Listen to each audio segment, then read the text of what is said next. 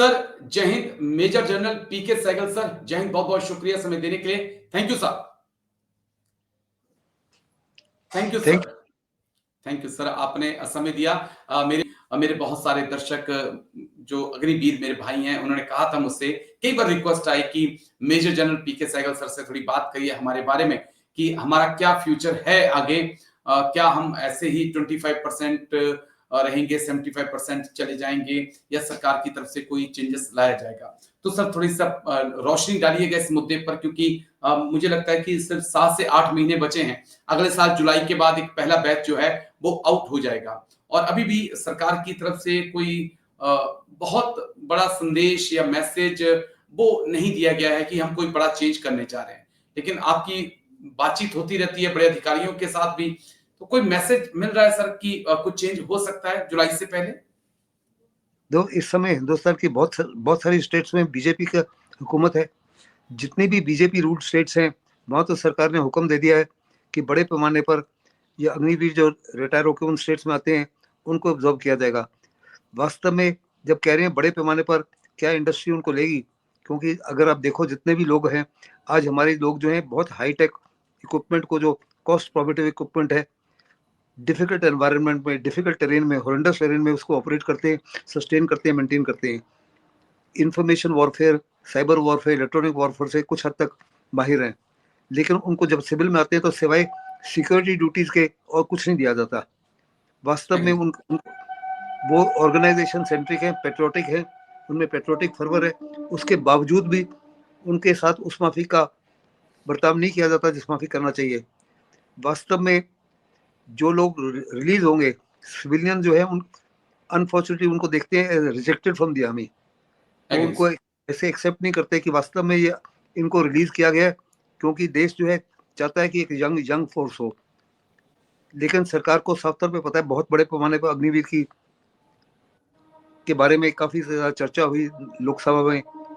सरकार ने बार बार आश्वासन दिया कि उनको हम 25% के ज्यादा बजाय 50% को रिटेन करेंगे, उनका जो टेन्योर है उसको भी बढ़ाएंगे, और उनको हर प्रकार की सुविधाएं देंगे at par with the regular army, अगर वो हताहत हो जाते हैं या अगर मार्टियर हो जाते हैं। लेकिन वास्तव में कहने और करने में जमीन आसमान का फर्क है। अभी जब पहला बैच रिलीज होगा, तब सारा देशवासी देखना चाहेंगे, सारी स्टेट्स देखना चाहेगी वास्तव में कितने एब्जॉर्ब होते हैं। और अगर एब्जॉर्ब नहीं हुए तो there are readymade material for anti nationals, क्योंकि पेट की आग जो है, पेट की भूख जो है, वो मजबूर कर देगी आपको कि किसी ना किसी तरीके से अपने परिवार को पालो। वो कह रहे हैं जो आपको 12 या 14 लाख रुपए मिलेंगे, वो तो एक साल में खत्म हो जाएंगे। That's nothing in today's environment.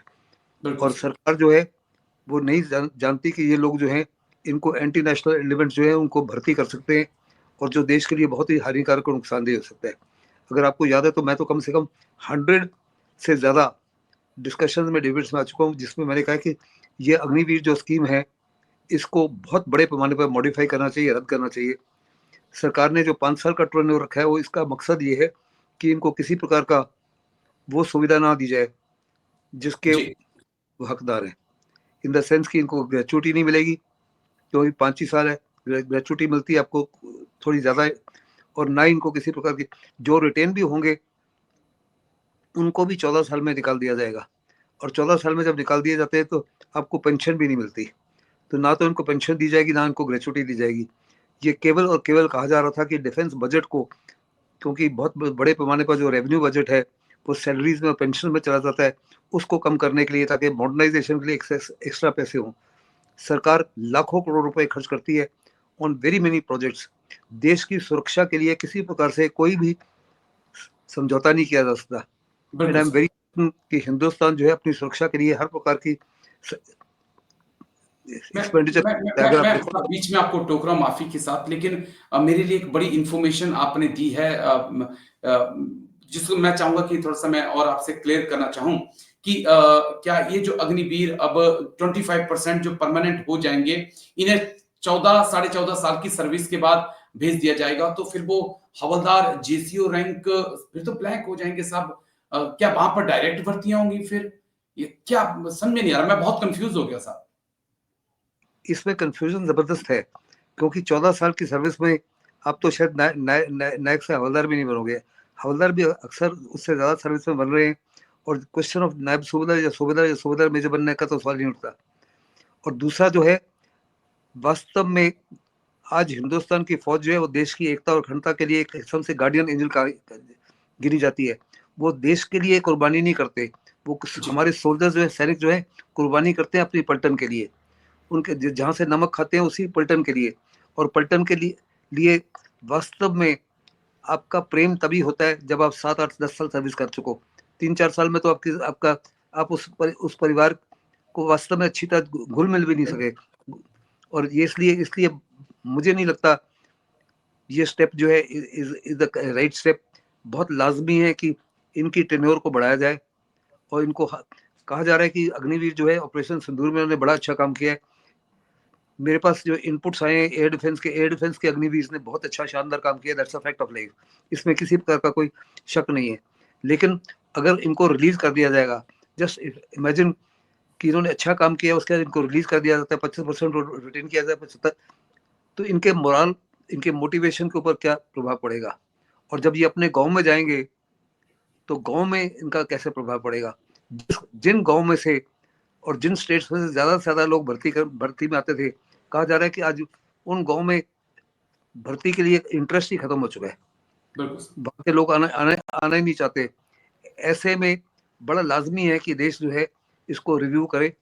हम केवल 1.7 या 1.8% अपना जीडीपी स्पेंड कर रहे हैं। अगर आपको याद होगा तो यूरोपियन यूनियन में या नेटो में सारे के सारे देश अभी अपना 2% जीडीपी का इस्तेमाल कर रहे हैं डिफेंस के लिए, और कहा जा रहा है कि अगले 2030 तक 5% ऑफ जीडीपी डिफेंस के लिए इस्तेमाल करेंगे। और अगर हिंदुस्तान को बहुत जबरदस्त खतरा है हर प्रकार के नेबर से, चाहे वो पाकिस्तान हो, चाहे चाइना हो, बांग्लादेश भी इंस्टेबल है, म्यांमार में भी इंस्टेबिलिटी है, श्रीलंका तो अभी थोड़ा स्टेबल है, उसी माफी की इंस्टेबिलिटी है नेपाल में, और इंडियन ओशन रीजन में चाइना की जो है ताकत हर दिन बढ़ती जा रही है।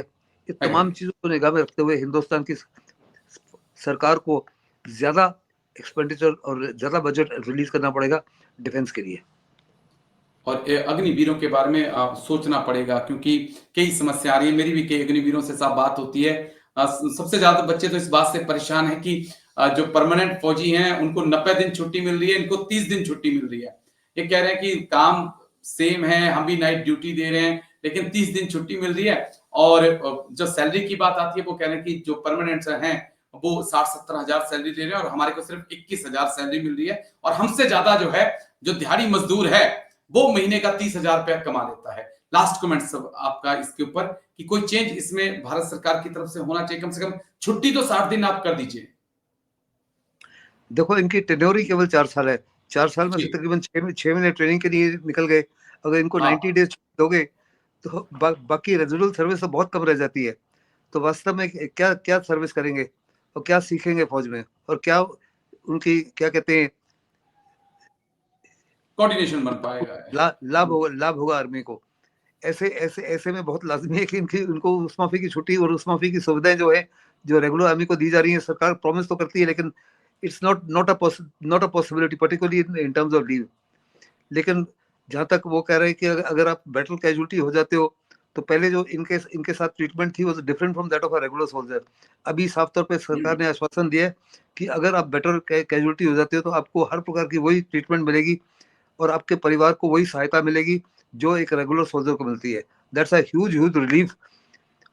लेकिन मुझे पक्का यकीन है कि ये स्कीम को बहुत जबरदस्त इंप्रूवमेंट की आवश्यकता है। सरकार ने लोकसभा में आश्वासन दिया था कि इसको रिव्यू करेंगे, लेकिन वो रिव्यू कहां तक किया है इसके बारे में लोगों को जानकारी नहीं है, और लोग चाहते हैं कि जल्दी से जल्दी 100% इसकी क्लैरिफिकेशन हो ताकि ज्यादा से ज्यादा लोग जो है इंटरेस्टेड हों। बिल्कुल।